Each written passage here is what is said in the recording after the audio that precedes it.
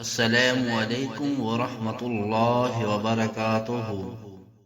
پیارے دوستو، اگر آپ کو حدیث سننا پسند ہے تو اس چینل کو لائک کر کے سبسکرائب کر لیں اور بیل کے بٹن کو دبا دیں۔ شکریہ۔ بسم اللہ الرحمن الرحیم۔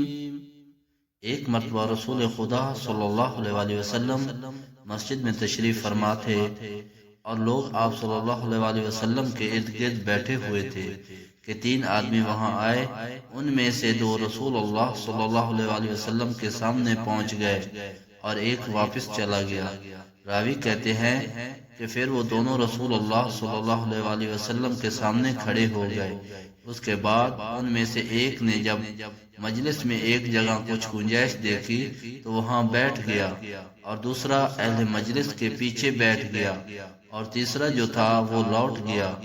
تو جب رسول اللہ صلی اللہ علیہ وسلم اپنی گفتگو سے فارغ ہوئے تو صحابہ رضی اللہ عنہم سے فرمایا، کیا میں تمہیں تین آدمیوں کے بارے میں نہ بتاؤں؟